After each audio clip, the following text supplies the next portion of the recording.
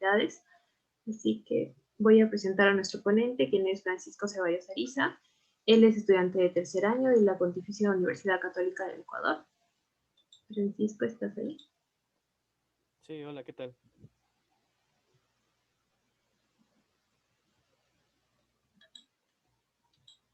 ¿Sí me escuchas? Sí, ahora sí. Hola, ¿qué tal? Ya listo, pues empezar a presentar.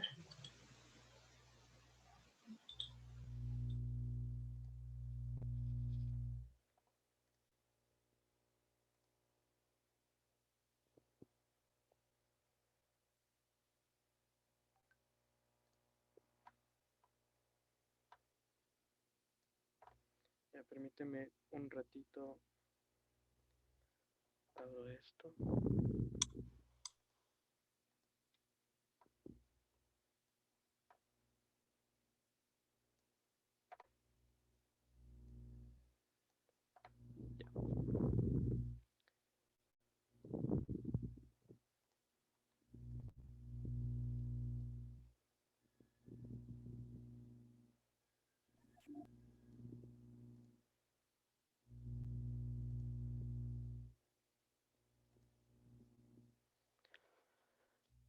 Bueno, chicos, mucho gusto, me presento con todos. Como ya bien lo saben, mi nombre es Francisco Ceballos, soy estudiante de medicina de la Universidad Católica del Ecuador y es para mí un gusto y un agrado acompañarlos en esta tarde, este lunes 8 de marzo, para brindarles un poco acerca de lo que yo he venido aprendiendo sobre farmacología.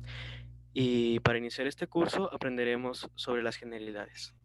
Unas Ya, cuantas ok. indicaciones. Si tienen preguntas, comentarios, pueden mandarlas por el chat. Tengo acá abierta otra pestaña para ver sus comentarios, tipo stream, no mentira. Y bueno, si es que les da una pregunta, pueden responder con el micrófono, pueden mandar por el chat. Si tienen miedo de que, si tienen una pregunta o sienten que están equivocados en algo, pueden mandarme por anónimo o privado en el chat. Entonces, bueno, comencemos. Eh, Vamos a empezar con la farmacología. Esta es una rama de la medicina la cual nos va a permitir dar una mejor visión sobre lo que tenemos que hacer con nuestros pacientes cuando vayamos a darles un tratamiento, cuando vayamos a recomendarles una profilaxis o cuando estemos tratando de averiguar qué es lo que tiene mi paciente cuando realicemos un análisis. Entonces, definamos farmacología. Como bien lo tenemos aquí, es la ciencia que estudia todas las propiedades físicas, químicas de los fármacos, específicamente que se utilizan en los seres vivos. Y ahora tenemos dos términos que son de, bueno, no, cuando yo recién empecé a estudiar farmacología, sí me cogió un poquito de pica porque no sabía diferenciarlos. Pero bueno, veamos, la farmacocinética quiere decir el movimiento que experimenta el fármaco dentro de mi organismo desde el momento en que ingresa hasta que se elimina. Es decir, qué es lo que le hace mi cuerpo al fármaco. Por otro lado, tenemos a la farmacodinamia, que es lo que el fármaco le hace a mi cuerpo. Es decir, los estudios de los efectos bioquímicos, celulares, fisiológicos y fisiopatológicos que el fármaco genera en mi cuerpo. Por la parte de acá abajo tenemos a la farmacoterapia y a la farmacología clínica. A pesar de que parecen de contexto similar, son totalmente diferentes. Porque la farmacoterapia será un método en el cual nosotros vamos a dar los fármacos a un paciente, ya sea como tratamiento o como prevención. Mientras que la farmacología clínica será la rama que estudia estos efectos cuando yo trato de darle a mi paciente una prevención o un tratamiento sobre las drogas en la especie humana. Y en la mitad, lo cual considero yo uno de los aspectos más importantes, que es la farmacopatología, que, bueno, vienen a ser las reacciones adversas del medicamento, lo cual vamos a observar un poquito más adelante.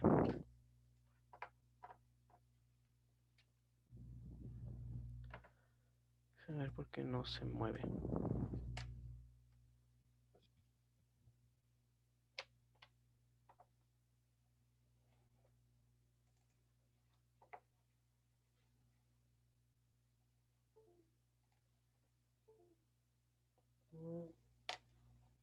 Ahora vamos a ver unas pequeñas definiciones, las cuales nos van a servir muchísimo.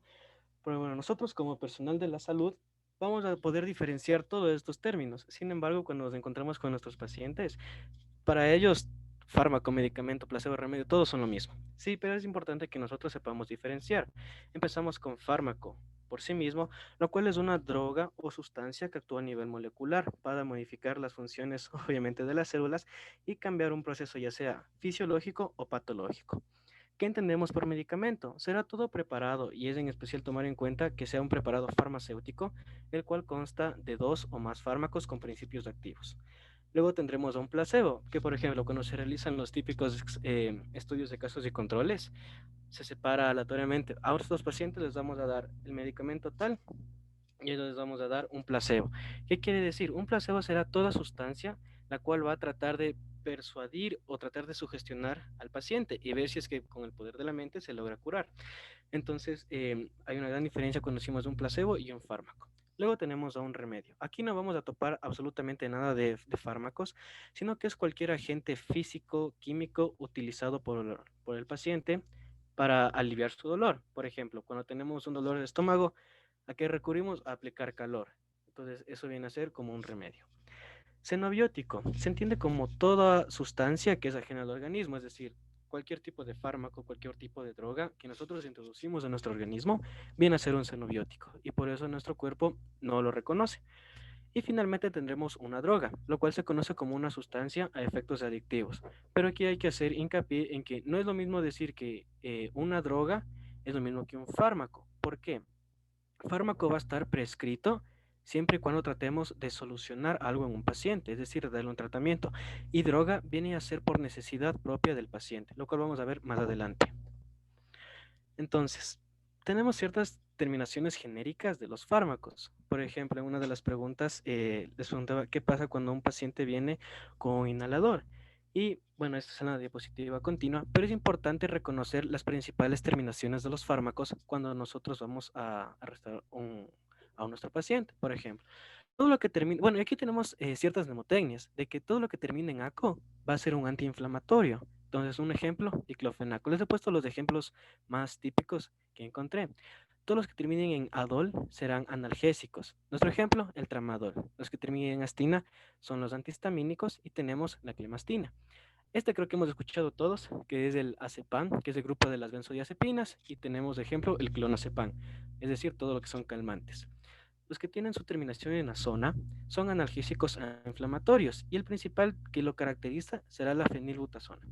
Luego tenemos a la caína, que son anestésicos locales. El principal ejemplo es la lidocaína. ¿Cuándo ocupas tú la lidocaína? Por ejemplo, vas a imaginar que estás en el IES, en el hospital, en el centro de salud, y te llega un paciente que se ha cortado con un cuchillo ya. Entonces, tú no vas a ponerle una anestesia general solamente para suturarle una herida de unos 5 centímetros que tiene en el antebrazo. No, pues aplicas alrededor del contorno lidocaína para poder hacer la anestesia local y de esta manera el paciente no va a sentir cuando le esté suturando. Luego tenemos cuando las terminaciones de silina y encina. Estos son antibióticos, pero bueno, es importante diferenciar, ya que cuando vean las clases posteriores tendrán la clase netamente de antibióticos. Entonces, la principal de aquí será la ampicilina.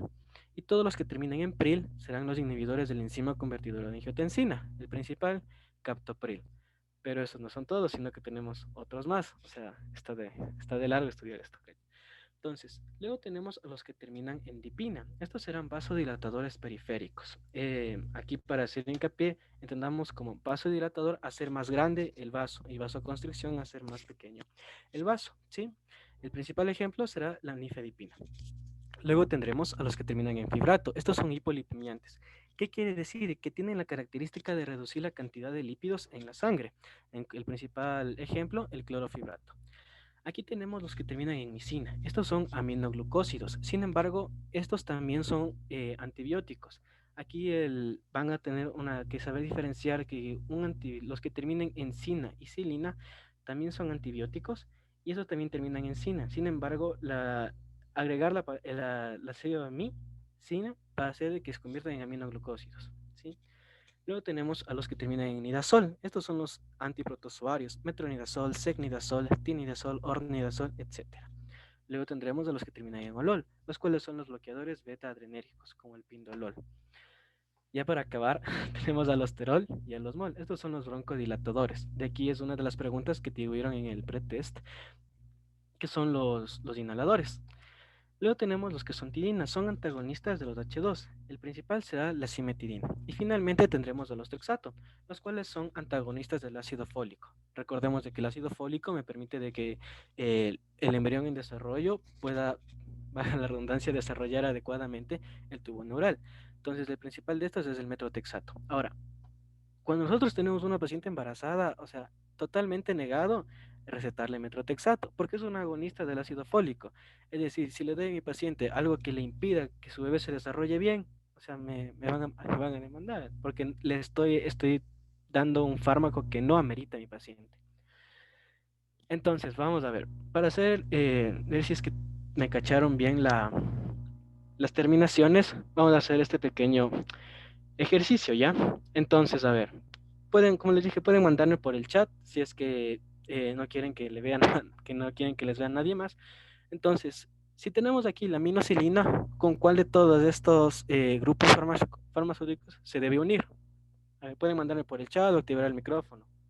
Pueden decirme, a ver. Ya, correcto, de primero que me pasó. A ver, ¿serán aminoglucósidos o no? Antibióticos. Antibióticos, correcto. ¿Cuál es? Antibióticos. Porque aquí viene esa pequeña confusión que les había dicho.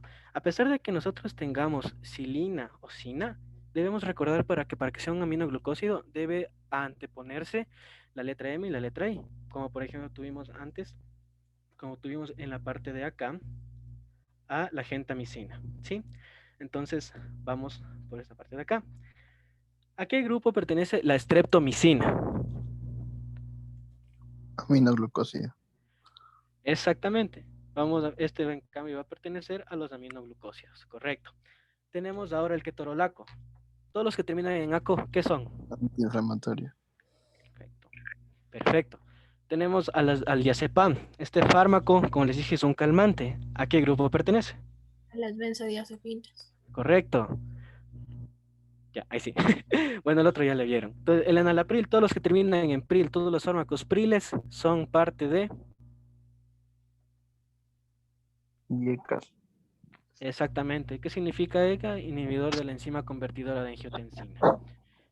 Y bueno, obviamente queda el Cnidazol, que como les dije, perdón, son parte de los antiprotozoarios. Súper bien, entonces creo que sí me entendieron esa parte de las terminaciones genéricas de los fármacos. Entonces, ahora sí vamos a entrar netamente en la farmacocinética y farmacodinamia. Estos dos son conceptos, como les dije, totalmente diferentes, sin embargo, se van a complementar. ¿Por qué? Recordemos que la cinética es lo que mi cuerpo le hace al fármaco, lo que el fármaco le hace a mi cuerpo. Y la farmacodinamia será el metabolismo y la eliminación. Entonces, tenemos que recordar estas siglas para que es una pequeña mnemotecnia. LADME, liberación, aquí sería la liberación del principio activo, la absorción del fármaco por sí mismo, la distribución, el metabolismo y la eliminación. Bueno, aquí les puse un pequeño dibujito. Entonces, iniciamos con el primero. Es la absorción, que se reconoce como el traslado del fármaco desde su sitio de administración hacia la sangre o la linfa, para que éste pueda ser luego transportado. Entonces, necesita de ley un transporte, ya sea activo o pasivo. Recordemos que transporte activo quiere decir que va a utilizar energía y va a irse en contra del gradiente de concentración. Por otro lado, el pasivo serán los que atraviesen la membrana por difusión simple o facilitada, van a ir con dirección del gradiente y no van a ocupar ningún tipo de energía, ¿sí? Sin embargo, tenemos factores modificantes para que esta absorción se pueda dar. Y lo vamos a dividir en que van a ser por parte del fármaco y por parte del sitio. Por ejemplo, si yo tengo mayor gradiente de concentración, voy a tener mayor absorción. Si tengo mayor liposolubilidad, se va a absorber más fácil. Por otro lado, bueno, como dice viceversa, si tengo menor liposolubilidad, va a absorberse de manera más compleja o casi nula. Cuando yo hablo del pH, vamos a tener, bueno, esto sí nos tenemos que memorizar, que es los ácidos no se van a ionizar, pero sí se van a absorber. En viceversa, los básicos se van a ionizar, pero no se van a absorber. Esta característica del pH es para los fármacos y específicamente los que son de vía oral, ya que más adelante vamos a ver su efecto del primer paso y recordemos que todos los que son de vía oral van a terminar en el estómago y el pH del estómago los va a ionizar o no. Luego tendremos el tamaño de la molécula. Esto quiere decir que entre más grande sea la molécula, mayor velocidad de absorción tendrá. Vamos a entender como que tiene mayor fuerza de gravedad, por así decirlo. Y entre mayor superficie de donde va a llegar el fármaco, tendrá mayor absorción. Por ejemplo, vamos a imaginar de que nosotros estamos en la playa, así, súper chévere. Nosotros vamos y cogemos agüita del mar. Ni bien echamos el agua en la arena, se comienza a absorber de una. Lo mismo es con el fármaco. Si yo tengo una superficie totalmente extensa y pongo fármaco, la velocidad de absorción es instantánea. Mientras que si no tengo casi muy poca superficie, la absorción será muy lenta, porque no tiene tanto lugar donde pueda estar el fármaco. Y cuando hablamos del sitio, debemos tomar en cuenta de que a mayor riego sanguíneo, mayor vascularización, tendremos mayor absorción. Por ejemplo, cuando nosotros queremos darle, bueno, la vía más rápida para darle un fármaco a un paciente será por vía inhalatoria, ya que tenemos una gran vascularización en el pulmón y además una gran superficie. Eso de a mayor tiempo de contacto también aumenta el tiempo de absorción. Por ejemplo, supongamos de que tú sales con tu novia, todo súper bien y se dan la manito. Pasan 5 minutos, pero dices, me falta estar más contigo. Entonces, ¿qué quiere decir esto? De que si yo no tengo tanto contacto con la superficie o a donde está el fármaco, no voy a poder absorber todo lo que el fármaco me puede otorgar. Y finalmente tendremos de que a mayor grosor de la membrana, menor absorción. Es decir, la membrana va a funcionar como una barrera que va o bien ayudarme a que el fármaco pase más rápido, a menor grosor aumenta la absorción y a mayor grosor de la membrana disminuye la absorción. ¿Sí? Entonces, estos factores modificantes es muy importante al momento en que yo debo pensar súper rápido y decir, a ver, tengo un paciente que está, supongamos, que está en estado, tengo que ver cuál será la vía de administración más rápida, dónde puedo aplicar yo el fármaco al paciente, que eso ya lo vamos a ver más adelante. Sí, entonces vamos a ver las características del depósito. La mucosa bucal. Esta va a tener una mayor absorción y por ende una mayor velocidad. No pasará por el hígado y van directo a la circulación. Esta es ¿cómo se dice? Se escucha un poco bajo. Espero que ahí me escuchen mejor. Voy a pegarme más el micrófono. Entonces, como les decía, la mucosa bucal, es decir, por ejemplo, cuando nosotros vamos a tomar un fármaco por vía sublingual, no va a pasar no tendrá el efecto del primer paso, el cual ya vamos a ver un poquito más adelante, ¿ya? Y pasará a la circulación sistémica directamente. Luego tendremos al estómago. La presencia de alimentos puede favorecer, como me puede complicar la absorción del fármaco. Por eso hay muchos doctores que te dicen, este fármaco me lo debe tomar antes de cualquier comida o me lo debe tomar con el almuerzo. ¿Por qué? La variación aquí interviene ya más el pH, como vimos en las diapositivas anteriores. En cuanto al intestino, tengo enganchado. En cuanto, ¿sí se escucha? En cuanto al intestino delgado, aquí tenemos un mayor sitio de absorción, es decir, por la superficie. Todo lo que sea por oral se va a absorber en el intestino delgado, por estas pequeñas velocidades y por estas criptas de aquí que conocemos que se conocen como las criptas del Lieberkühn. ¿Sí? Luego pasaremos al colon y al recto. Tienen una absorción similar a la del intestino delgado, sin embargo, aquí su característica principal es que el fármaco llega a la circulación sin pasar por el hígado. Más adelante vendremos en la vía de administración, la vía rectal. En cuanto a los pulmones, cuando les mencioné sobre la superficie y la vascularización, les vuelvo a repetir, tiene una enorme superficie y por ende cuando aplicamos un fármaco por vía inhalatoria, el efecto va a ser de uno, o sea, va a ser súper rápido. Y finalmente tenemos a la piel. Bueno, no finalmente, falta una más. Esto está relacionado con la liposolubilidad del fármaco, ya que debemos recordar que la piel tiene por ende su capita grasa. Cuando hablamos de la mucosa genitourinaria, debemos tomar en cuenta de que la mucosa vaginal va a colaborar con todos los fármacos que sean liposolubles. Y finalmente, cuando hablamos de las inyecciones, debemos entender que estas se van a dar por tipo de difusión y filtración, y hay que tener muy en cuenta de que no va a ser lo mismo de que yo administre una solución de tipo óleo que una solución más acuosa. Y ahora, esto es un tema súper chévere que, bueno, personalmente me gusta bastante. Vamos a ver qué es la disponibilidad de un fármaco. Es el porcentaje de fármaco que va a llegar inalterado, sin ninguna modificación, al lugar de acción de donde se lo requiere, tras un tiempo determinado.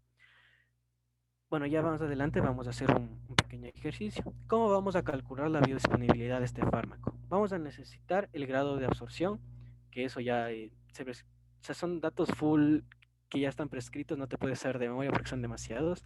El índice de extracción y por último vamos a tener de que se calcula así. La biodisponibilidad es igual al grado de absorción por 1 menos el índice de extracción, que suele ser de 0,3 a 0,7 generalmente.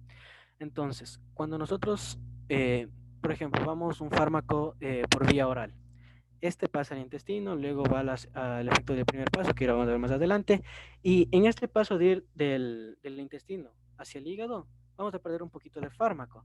Entonces, no vamos a tener ya su 100%. Entonces, esto vamos a esperarnos un ratito sobre la vida media. Vemos aquí en esta parte de la biodisponibilidad del fármaco. Tenemos un plano cartesiano al cual lo vamos a dividir en eje X y en eje Y. Yo creo que por los números checos. Entonces, esta parte de acá, como bien nos dice aquí, va a dividir en tiempo. Por lo general suele ser en horas. Entonces aquí sería 1 hora, 2 horas, 3 horas. Y en la parte de acá es la concentración plasmática. Entonces vamos a poner que nosotros tenemos aquí una concentración de 80 miligramos sobre decilitro.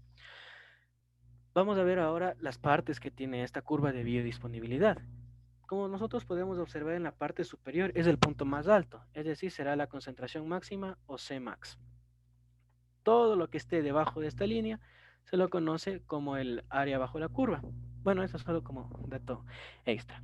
Ahora, aquí tenemos esta línea entrecortada. ¿Qué quiere decir? Es la concentración mínima efectiva. Por ejemplo, si yo tengo aquí mi fármaco, a medida que pase el tiempo me voy a ir acercando a esta línea de concentración mínima, lo cual quiere decir de que el fármaco no va a hacer ningún efecto o el efecto será ya muy, muy escaso una vez que pasemos de esta línea. Por ende, cuando ya calculamos la biodisponibilidad del fármaco, sabemos en qué tiempo lo debemos a dar para que la acción vuelva a subir. Por ejemplo, bueno, y la parte de aquí arriba es la concentración tóxica, es decir, cuando sobrepasamos la cantidad límite que tenemos nuestro fármaco, lo cual nos puede dar problemas hepáticos o problemas renales. Entonces, analicemos esta curva de biodisponibilidad. Tenemos que los 80 miligramos van a tener su concentración máxima, esta es por vía oral, ¿no? A la primera hora. Entonces, aquí vamos a tomar ya cuál es el concepto de vida media, que era una de las preguntas del pretest, lo cual se define como el tiempo que tarda la concentración plasmática del fármaco en llegar al 50%. Entonces, si tengo 80 miligramos como concentración, ¿cuál sería el 50% de 80? Esa es una pregunta súper sencilla, pero a ver, ¿cuál sería el 50%? 40. 40, exacto. Entonces vamos a poner lo que está por la parte de aquí. Aquí está 40. Trazamos una línea y que observamos. Ya la vida media 1 de este fármaco está debajo de la concentración mínima. ¿Qué quiere decir? De que yo necesito administrar antes de llegar a las casi 2 horas y cuarto más o menos. Obviamente ningún fármaco te va a decir cada 2 horas, pero es solo por explicar el ejercicio. Entonces, para que como podemos observar de que este apenas se lo consume, comienza a elevarse, podemos administrarlo a las 2 horas. O sea, trazamos la línea de aquí, volvemos a elevar y se vuelve a hacer la misma gráfica. Y así con esta medida nosotros podemos seguir dando a mi paciente y le vamos a decir, este fármaco se lo tiene que tomar cada 2 horas para que no se pierda el efecto, ¿sí? No sé si les quedó claro lo de la curva de biodisponibilidad. Si alguien no le cachó, me puede decir para repetirle, o si quedó súper claro. Pueden escribirme en el chat o por privado o decir por el micrófono. A ti sí quedó claro ya, chévere. Entonces, esta parte de biodisponibilidad sí es sencilla. Y ahora vamos a ver con un ejercicio. A ver, tengo otro mensaje. Una vez más. A ver, María Rojas, tú mismo, contigo vamos a hacer el siguiente ejercicio, ¿ya? Prende tu micro, ¿ya? Para hacerlo juntos. Bueno, ya vamos a volver a esto. Entonces, mira, vamos a hacer el siguiente ejercicio contigo. Ya se me fue tu nombre. María Rojas, ya. Verás. Nosotros vamos a tener esta gráfica.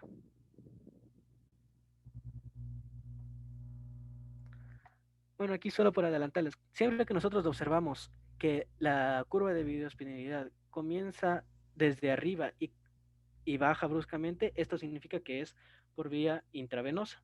¿Por qué? Porque por vía intravenosa no pasa al efecto, no tiene efectos del primer paso, sino que va directamente ya a la circulación sistémica. Por eso su efecto es totalmente inmediato.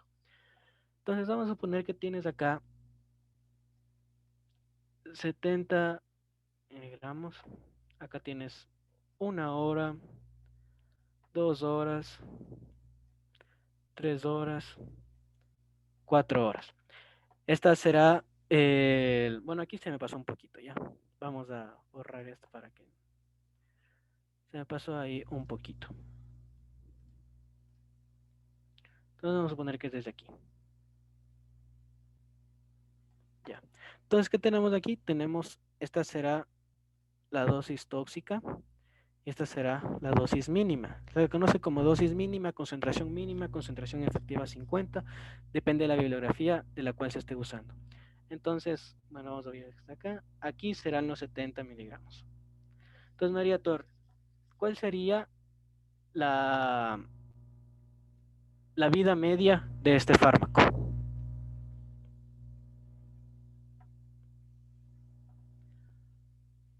Sin miedo. Que me respondió en el chat, sí, correcto.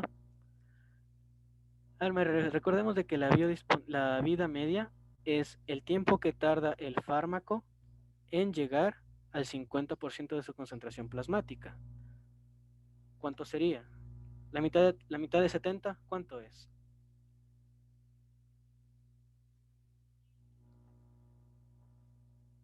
Sí, obviamente 35. Eso, esos que están poniendo en el chat ya, 35, súper bien. Entonces ya, vamos a poner de que la mitad será por aquí. Aquí. Entonces, trazamos una línea entrecortada y vemos de que aquí es el punto donde chocan.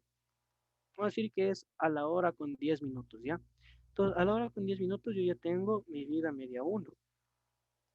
Todavía puedo aguantar un poquito más porque la dosis no ha llegado a lo mínimo que necesito. Sin embargo, podemos darnos cuenta de que puede decir, ¿sabe qué? Cada hora y media debemos aplicarle otra dosis. Entonces, si le aplicamos a la hora y media, ¿qué va a suceder? Otra vez comienza a elevarse el ciclo. Ajá. Y de aquí podemos, como les dije antes, podemos seguir sacando vidas medias.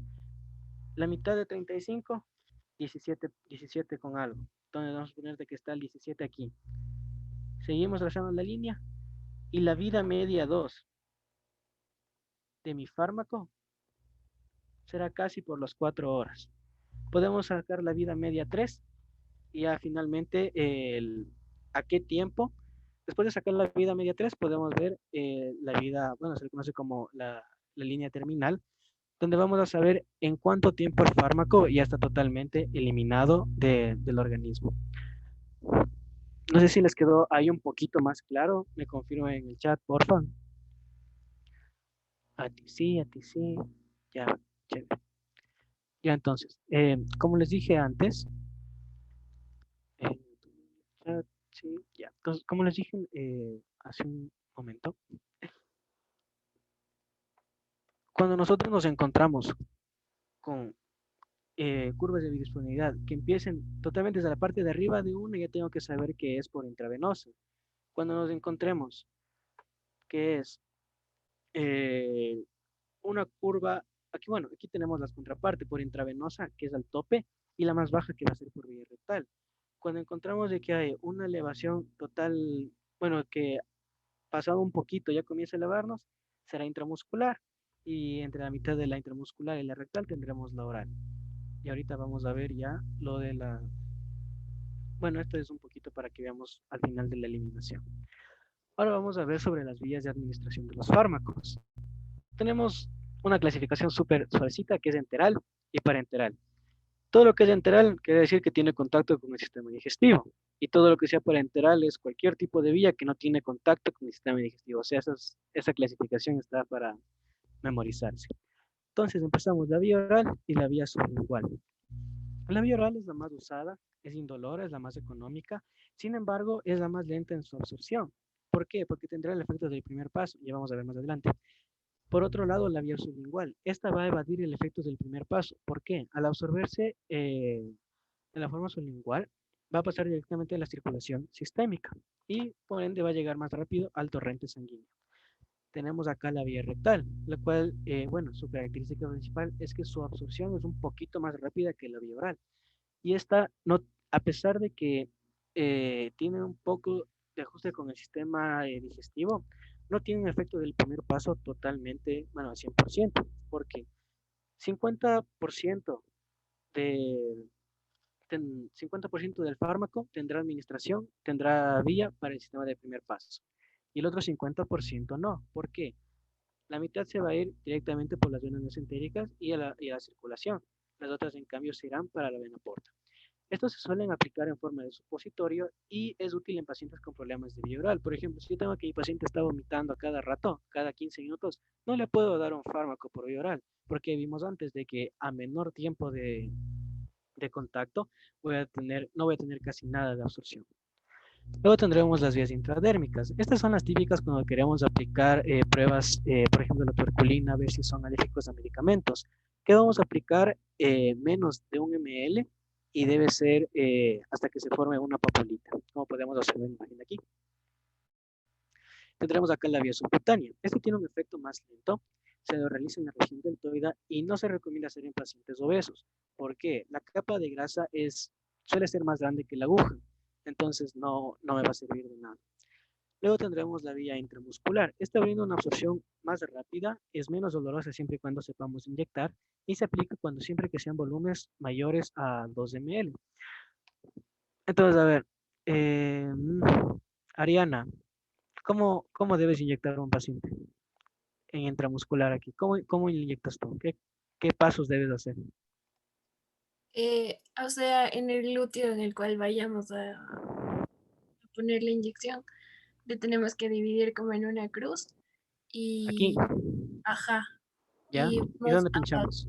a pinchar en la parte superior izquierda. Acá. Ajá. ¿Y qué pasa si le pincho aquí? Hay más riesgo de que no vaya al músculo, sino que se tope con el huesito, creo. Por aquí pasa un nervio súper importante. ¿Cuál es? Ciático. Correcto, el ciático, súper bien, chicos. Entonces es muy importante. Y que antes de yo inyectar el fármaco a mi paciente, ya estoy aquí a punto de inyectar.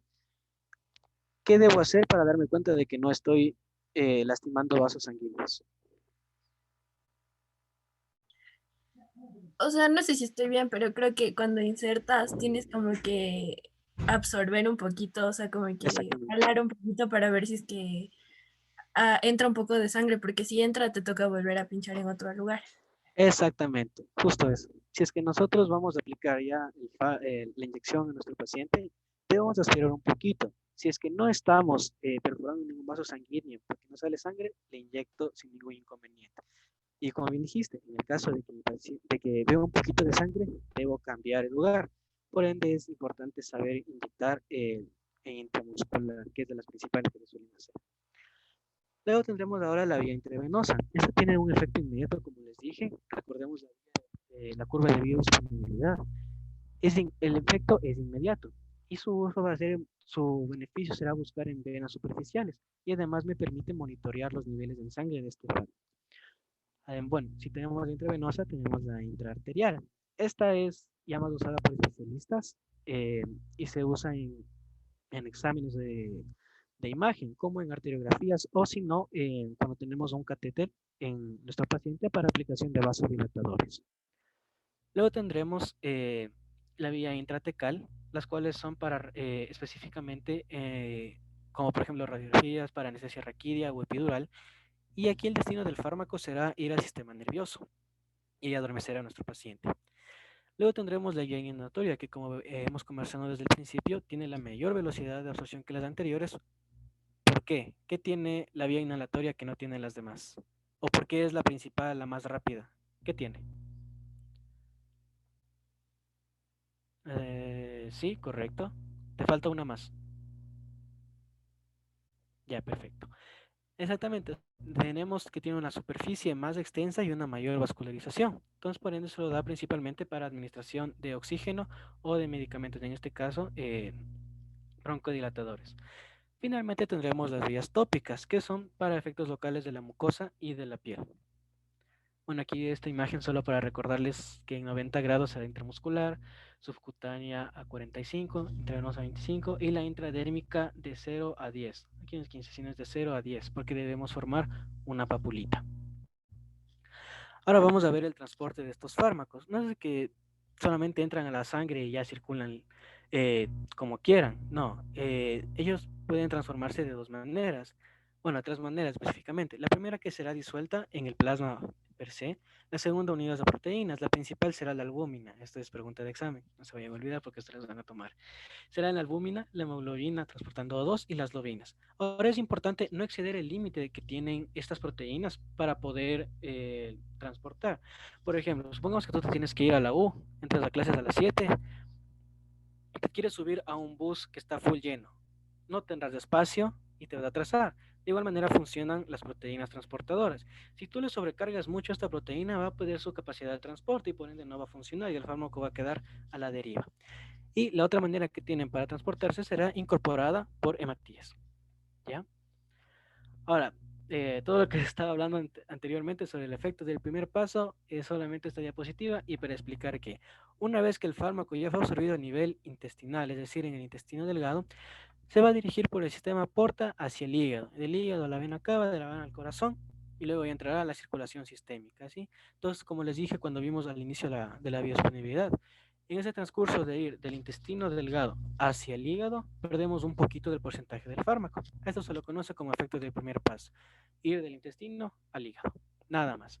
Y como vimos anteriormente, solamente será el de la vía oral en 100% y de la vía rectal en un 50%.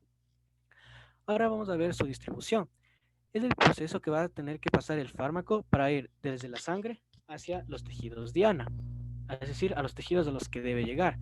Y este fármaco es importante que cada tejido tenga una adecuada perfusión, es decir, que tenga un adecuado riego sanguíneo, porque de nada me va a servir que yo le quiera dar a mi paciente un fármaco para que vaya a un órgano que ya está necrosado, no me sirve absolutamente para nada. Y bueno, como vimos antes, pueden viajar unidos en proteínas o si no, libremente por el plasma. Entonces, la distribución es simplemente eso, cuando el fármaco debe pasar de la sangre hacia el tejido diana. Ahora, estos, en cuanto al volumen de distribución, solamente como un dato adicional es, lo conocemos como el volumen de líquido que debe, por el cual se debe distribuir la droga, porque no podemos tener un lugar totalmente precipitado de fármaco, ni un lugar donde el fármaco se disuelva y no quede absolutamente para nada. Debemos encontrar un equilibrio para que éste pueda tener un adecuado efecto farmacológico. Y esta es su fórmula con la que se calcula. Y ahora tenemos por otro lado la distribución diferencial. Los dos principales será el sistema nervioso y la placenta. Cuando hablamos del sistema nervioso, quiere decir que el fármaco debe atravesar la barrera hematoencefálica para poder llegar a las neuronas y de esta manera ejercer su efecto farmacológico.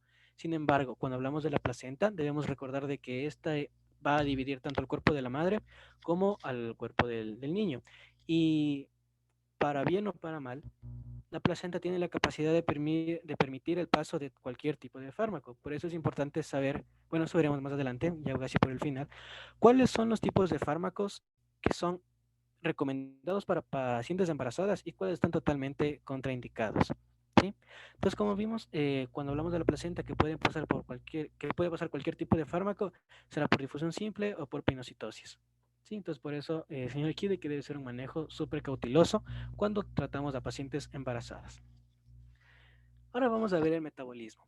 El metabolismo, el principal órgano encargado de esto será el hígado, como podemos observar en esta imagen. Además de que está encargado del primer paso, ¿qué sucede en el hígado? Los profármacos se van a activar, fármacos per se se van a inactivar hasta llegar a su sitio diana y los fármacos se van a transformar. Entonces, entendamos al metabolismo el proceso donde el fármaco se convierte en una molécula más inactiva que el propio fármaco. Y vamos a tener dos fases importantes. Bueno, la fase 1 será las enzimas que participan en los microsomas, las enzimas que se encuentran en los microsomas hepáticos. Y aquí tenemos tres métodos, que será la oxidación, la reducción y la hidrólisis.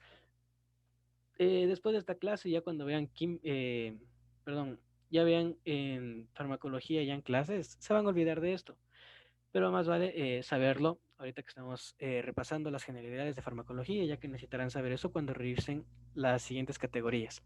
Entonces, cuando hablamos de oxidación, quiere decir que nos vamos a estar ayudando por el citocromo P450. Este va a estar ubicado en la fracción microsomal. El 450 es el principal que nos va a poder ayudar porque es un proceso enzimático. Luego tendremos, a la reducción, que será o bien la ganancia de hidrógenos o bien la pérdida de oxígeno. ¿Por medio de qué? Por medio de las oligoproteínas, y estas van a requerir energía, es decir, requieren NADPH. Y finalmente por hidrólisis, hidrólisis, que significa romper, quienes se encargan de romper son las hidrolasas. Todo lo que termina en asas quiere decir que rompe. ¿Y dónde se encuentran estas hidrolasas? En los microsomas hepáticos. Esta es la fase 1. La fase 2, todo esto se resume en que cuando estamos en la fase 1 de lo que es un fármaco súper grande, una molécula súper grande, le hacemos chiquita. Y la fase 2, de las sobras que tiene la fase 1, va a actuar la fase 2, o sea, la fase 1 es una molécula grande, le hace pequeña. Y la fase 2 le hace todavía más pequeña. Por eso aquí vemos de que actúa sobre los fragmentos de la fase 1 y son reacciones de conjugación, donde los fármacos van a unir a sustancias hidrosolubles que van a permitir su eliminación. Esta es la principal función de la fase 1 y de la fase 2. Ahora, no todo es color de rosa porque tenemos factores modificantes. En todo tenemos factores modificantes. Si nuestro hígado tiene hepatopatías, no vamos a tener una velocidad adecuada de metabolización. Entonces puede que el fármaco o bien se demore o bien se adelante, que ya veremos en la inhibición o inducción enzimática. La edad. En el recién nacido puede fallar la conjugación. ¿Por qué? Porque su órgano no está totalmente adaptado, no está totalmente desarrollado para poder realizar este tipo de transformaciones de moleculares. En cuanto al sexo y el embarazo, en las mujeres, el embarazo aumenta la velocidad del metabolismo de la mayoría de los fármacos. Ahora, como vimos acá, si las hepatopatías alteran la velocidad, tenemos la inhibición enzimática, la cual atrasa el metabolismo, y por otro lado, la inducción, la cual aumenta la síntesis de la misma. Es decir, la inhibición retrasa y la inducción va a aumentar. En cuanto a factores genéticos, vamos a encontrar al déficit de la glucosa 6-fosfato. Por ende, no tenemos un adecuado transporte de los fármacos cuando hablamos de la parte de las hematías. Y finalmente, con los hábitos y dieta. Aquí la ingesta de carne que esté totalmente asada al carbón nos va a permitir un mayor aumento en la velocidad de absorción del fármaco. Entonces, en este caso, vemos de que la carne, o cuando se dice de que el fármaco debe ser siempre consumido con el almuerzo. Finalmente vamos a llegar, ya hemos llegado a la eliminación. Recordemos de que la eliminación será la expulsión del fármaco alterado o no hacia fuera del organismo. Tendremos 4 rutas: la renal, la pulmonar, la biliar y por las heces. La renal será la principal vía de eliminación del fármaco. Y este se da como, primero, por filtración glomerular. Luego de la filtración glomerular tenemos la secreción, luego la reabsorción y luego la excreción per se. Entonces, todas las drogas van a pasar por la arteriola eferente, hasta llegar al glomérulo. Excepción de la fracción que está ligada a las proteínas transportadoras. Estas van a continuar su camino por el sistema circulatorio.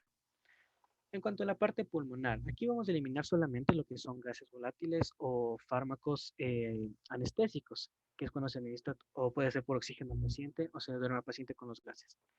En cuanto al biliar, después de haber metabolizado todas las drogas por la forma hepática, sus metabolitos se van a eliminar por la bilis. Y finalmente tendremos las heces. Este mecanismo de eliminación se da cuando no han logrado absorberse en absoluto y se eliminan tal como ingresaron. Entonces, eso fue farmacocinética, farmacodinamia. Parece un poquito largo, pero ya a medida de que vayas estudiando con cada fármaco, te das cuenta de que cada uno tiene sus propias características. Y con saber qué es el método del primer paso, cuáles son las vías de administración y cómo puedes descritar todo el fármaco, es full sencillo. Entonces, ahorita ya vamos a entrar a la parte de cuáles son las reacciones adversas de los medicamentos. Esta parte es un poquito más interesante porque ya estamos viendo un poquito más de patología. Entonces, la OMS describe a las reacciones adversas como cualquier efecto perjudicial o inadecuado que le ocurre a un paciente tras administrar un fármaco, ya sea que fue recomendado o prescrito para profilaxis, como tratamiento o como diagnóstico. Y estas pueden ser graves siempre y cuando a mi paciente le ocasione la muerte, requiera hospitalización, le genere alguna enfermedad congénita, le genere discapacidad o que mi paciente no pueda continuar con su estilo de vida normal. Y bueno, aquí tenemos unos criterios de clasificación de las reacciones adversas, que por ejemplo, si tenemos de que cierto fármaco me genera un efecto en 1 de cada 10 pacientes que la toman, quiere decir que esa reacción es muy frecuente. Mientras que por otro lado, si tenemos de que el fármaco A le ocasiona un efecto no deseado a 1 de cada 10.000, quiere decir que ese man ya es salado. O sea, le tocó uno que es totalmente muy raro de que se presente ese efecto farmacológico. Sin embargo, tenemos otro tipo de clasificación, ya que vamos a ver la clínica, la clasificación clínica, la inmunitaria y la psicosocial y la maternal. Entonces, vamos a tener aquí las tipos de RAM. Tenemos de tipo A, tipo B y de intolerancia. Las tipo A son las reacciones adversas que yo espero de mi medicamento. Es decir, que yo espero de que si le doy un fármaco a mi paciente, le digo así, ¿sabe qué? Usted va a tener náusea, va a tener dolor de cabeza, va a querer dormir más tiempo y eso es normal, porque son reacciones de que yo sé que va a tener esa paciente.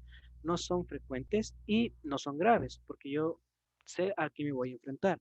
Sin embargo, cuando hablamos de las tipo B, son aquellas reacciones que yo no pude prever. Es decir, si le doy a mi paciente algo para el dolor de cabeza y en pocas horas me viene a decir de que está vomitando, tiene vómito en proyectil, o sea, eso no tiene nada que ver con el fármaco. Son reacciones adversas del medicamento cuando el paciente es muy sensible y, bueno, ya se complementa un poco con intolerancia, cuando me causa un efecto característico indeseable con dosis mínimas.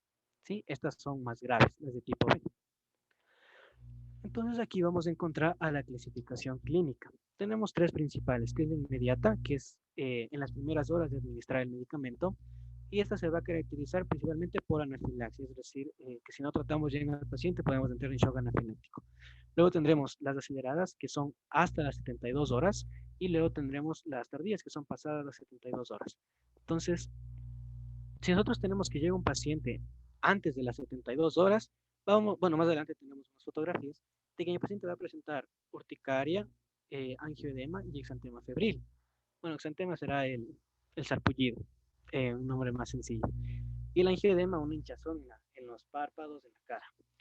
Cuando tenemos una manifestación tardía de, de una reacción adversa, mi paciente va a tener los síntomas que son de la enfermedad del sueño. Esta es una enfermedad que es por un parásito y es infecciosa. Va a presentar de igual manera exantema y fiebre. Entonces, si nosotros no tenemos un adecuado manejo de mi paciente en las primeras horas, recordemos, me da anafilaxia. Si le llega a pasar en las 72 horas, quiere decir que resistió un poquito, pero ya me estaba manifestando problemas. Y a las 72 horas es igual de que ya el paciente es salado y mismo no puedo darle ese medicamento. Entonces, si aquí tenemos clasificación clínica, vamos a tener también una clasificación psicosocial. ¿Por qué? Puedo tener reacciones adversas por acostumbramiento, es decir, yo ya me acostumbré a consumir un fármaco cuando no necesito de forma física ni psíquica, es decir, en este caso la automedicación. Me digo, me siento mal, me voy a tomar cierta pastilla. Entonces, te puede generar una reacción adversa por el acostumbramiento. Otra es en el hábito, donde ya necesitas una necesidad psíquica de la droga. Y si es que tú empeoras o mantienes este cuadro, puedes terminar en adicción, lo cual ya es un consumo por necesidad. Y necesitas satisfacer el factor de, bueno, vale la redundancia, el factor de satisfacción recompensa. Luego tenemos la clasificación inmunitaria, que esta personalmente se me hace la más chévere, porque tendremos principales, son tres, pero de la tipo 4 tenemos 4A, 4B, 4C, etcétera, etcétera, etcétera. Entonces, como vimos en la anafiláctica, si no la tratamos, el paciente puede terminar en un shock anafiláctico. Las características ponen en riesgo la vida del paciente. Su reacción será inmediata, es aguda y es la más severa cuando me da un shock anafiláctico. ¿Quién está involucrado en esta?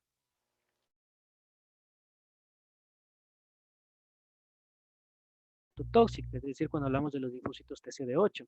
Aquí me puede generar anemias hemolíticas, trombocitopenias, lupus eritematoso sistémico. ¿Y cuáles tengo afectadas yo? Las IgG y las IgM. Recordemos que las IgM son las primeras en aparecer en una infección. Y las IgG es cuando ya tenemos cierta memoria inmunológica. Las tipo 3 será por reacción de inmunocomplejos, es decir, cuando las IgG y la IgM se han quedado totalmente dentro del organismo y están con una memoria totalmente saturada. Entonces puede generar trombos, necrosis, lesiones endoteliales. Y aquí podemos observar cuando los antígenos se encuentran con extrema permanencia. Es decir, no tengo un buen sistema inmunológico. Luego tendremos a las tipo 4, que son reacciones por hipersensibilidad. Esta se da principalmente cuando damos anestésicos a pacientes y no sabemos que son alérgicos.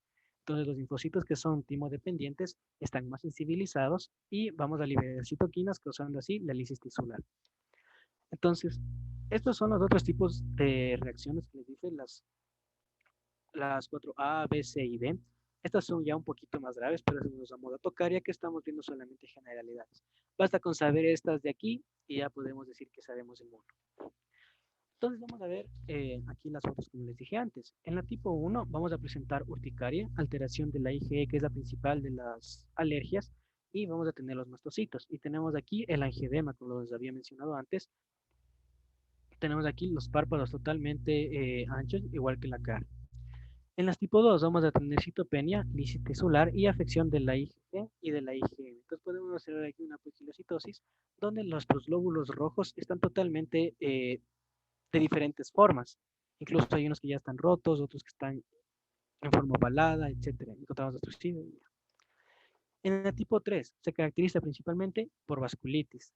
Y bueno, también está alterada la IgG y la IgM. Y recordemos que este es por los inmunocomplejos. Entonces debemos, siempre que tratamos a un paciente, el examen físico es primordial para poder saber si es que tiene alguna reacción nuestro paciente. Y bueno, recordemos de que esto tenemos ya cuando aplicamos las pruebas cutáneas.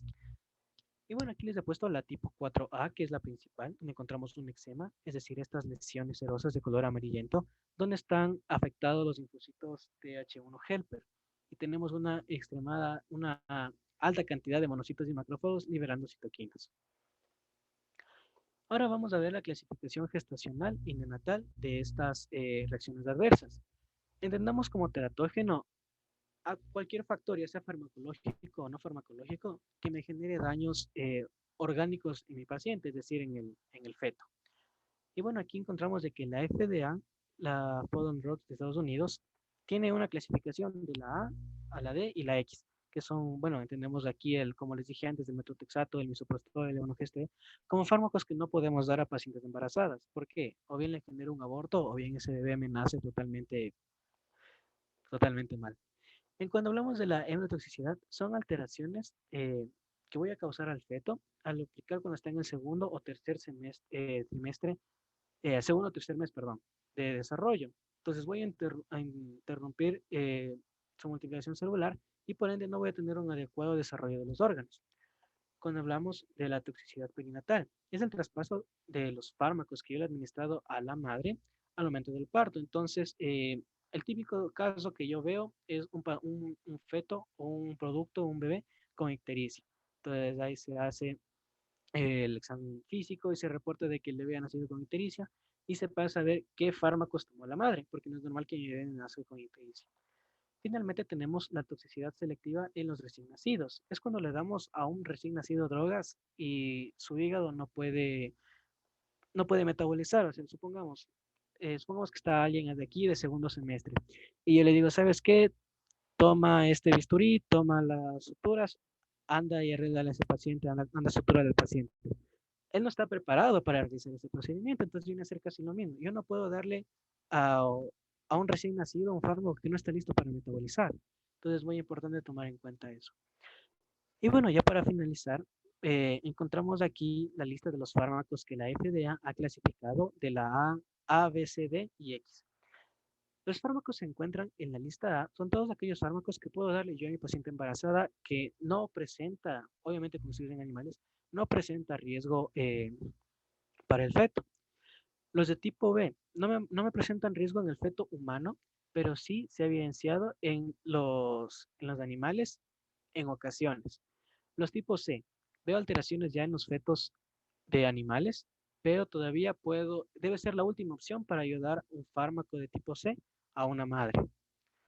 Los tipo D, aquí ya veo alteraciones veo que los fármacos han generado alteraciones congénitas totalmente irreversibles en fetos de animales, que por lo general suelen hacerse en ratas de laboratorio, y es tratar en lo posible de no dar este tipo de fármacos a pacientes embarazadas.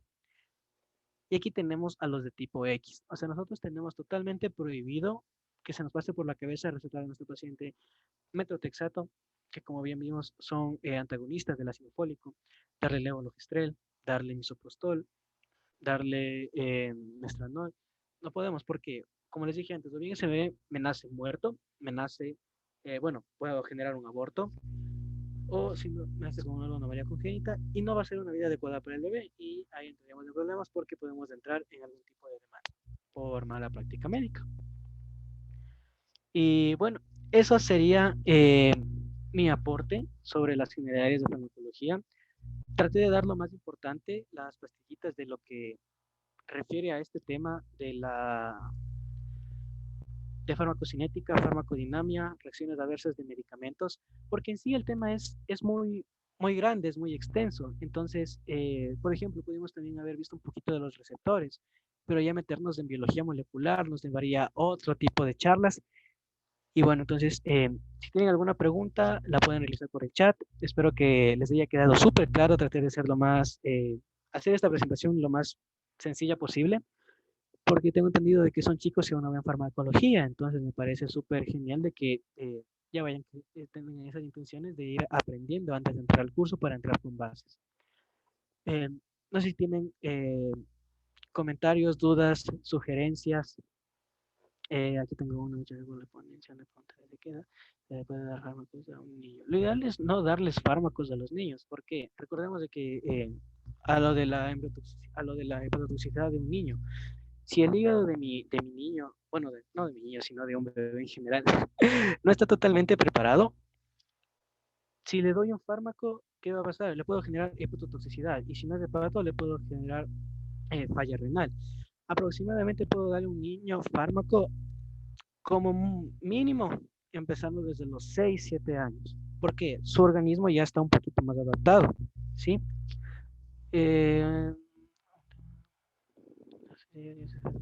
Muchas gracias, Javier, gracias, Frank, gracias, María Rojas, se les agradece. Si tienen más preguntas, pueden realizarlas. Todavía tenemos unos minutos más, ya sea por el micrófono o por el chat. Puedo repetir algún tema si es que no lo entendieron bien, pero sin embargo, yo espero de que les haya servido mucho mi participación para dar las generalidades de farmacología y estoy abierto a cualquier duda que tengan. Les agradezco mucho por su atención y espero que les haya gustado. Muchas gracias, Francisco, por tu ponencia. Estoy segura que a los chicos les ha encantado y ha sido bastante útil toda la información que nos has podido brindar. Si alguno tuviera una pregunta, puede levantar su mano o puede anotarla en el chat como lo han estado haciendo. Por ejemplo, Javier nos pregunta ¿qué bibliografía podrías recomendar en modo de introducción a la farmacología?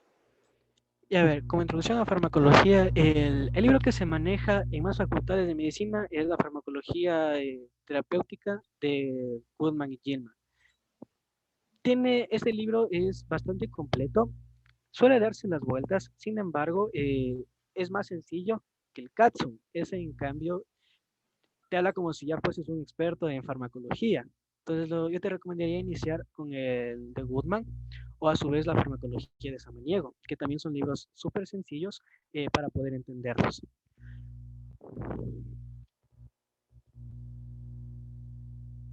No necesitas aplicarle epinefrina a un paciente que tú le vas a suturar el brazo, porque ya supongamos de que yo voy a tu consultorio, Netsi, y ahí te digo, ¿sabe qué, doctora? Me lesioné aquí, estaba jugando con mi primo y me pasó un navajazo. Supongamos que son primos chiquitos, ¿ya? Le pasó un navajazo y tengo una herida longitudinal de unos 5 centímetros. Obviamente tu paciente va a llegar llorando, si es un niño va a llegar llorando, va a pedir que te ayudes, etcétera, etcétera. Entonces lo primero sería tratar al paciente, veces que no hay hemorragia, cubrirlo y darle algo para el dolor, como ya vimos, los analgésicos o los antiinflamatorios.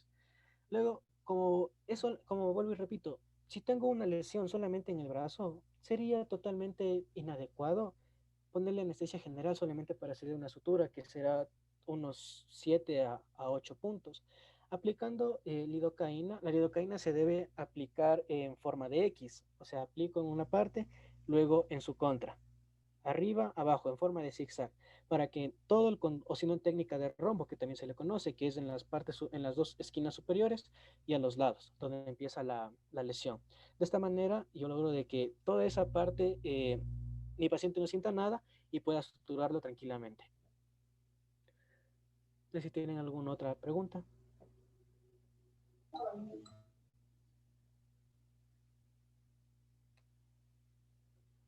Bueno, si no tienen ninguna otra pregunta, chicos, yo vuelvo y repito, espero que les haya gustado.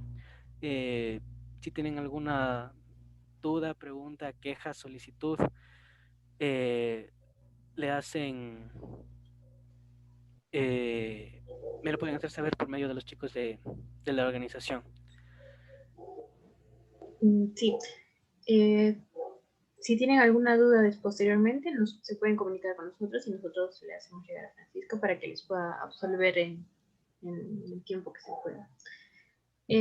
Por el momento, me parece que es todo por la ponencia. De nuevo, felicitar que ha sido una ponencia muy buena y creo que todos los chicos lo han reconocido. A continuación se va a pasar el post-test por este medio. Les pedimos que lo puedan llenar y de igual forma recordar que para su certificación este debe ser aprobado. Traten de llenarlo, o bueno, llénenlo solo una vez. Sean honestos con ustedes mismos.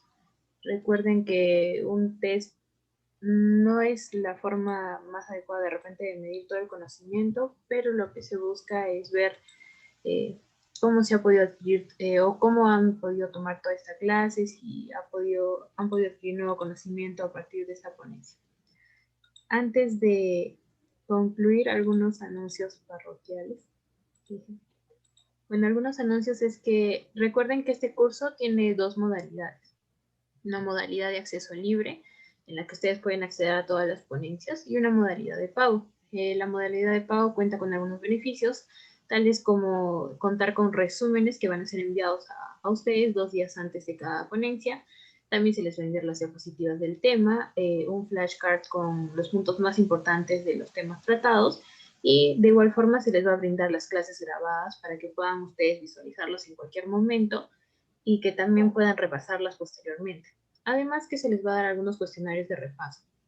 Aún tenemos las inscripciones abiertas, así que si se animan, pueden llenar el formulario de inscripción y seleccionar que quieren recibir el material adicional, adjuntando el voucher de pago.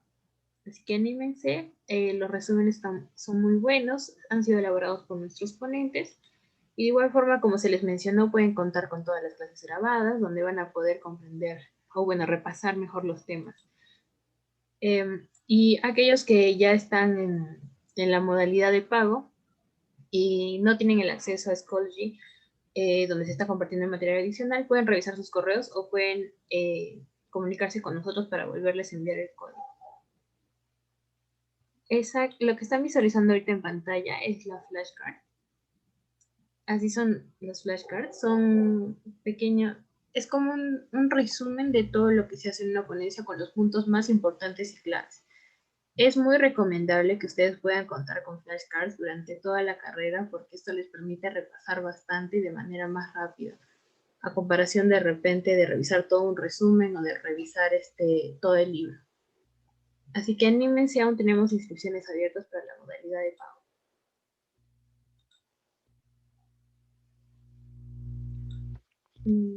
Bri, no sé si vas a enviar por acá el post-test.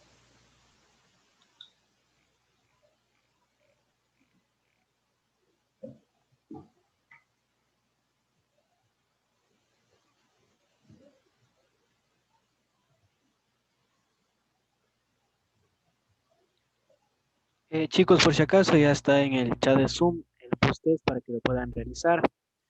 Las preguntas es en base a lo que vimos en la clase. O sea, no está tan difícil ni tan fácil, no mentira. Y bueno, entonces les agradezco mucho a SOCIEMPU por permitirme colaborar con ustedes. De verdad ha sido una linda experiencia. Espero contar con ustedes en siguientes oportunidades. Y bueno, eh, les agradezco a ustedes también, chicos, por su atención, por dedicarme una horita a escucharme y sobre todo de que hayan atendido, bueno, no atendido, sino entendido lo que quería hacerles llegar. Y muchísimas gracias. No, gracias a ti, Francisco. Sí, chicos, ya está el post, por favor.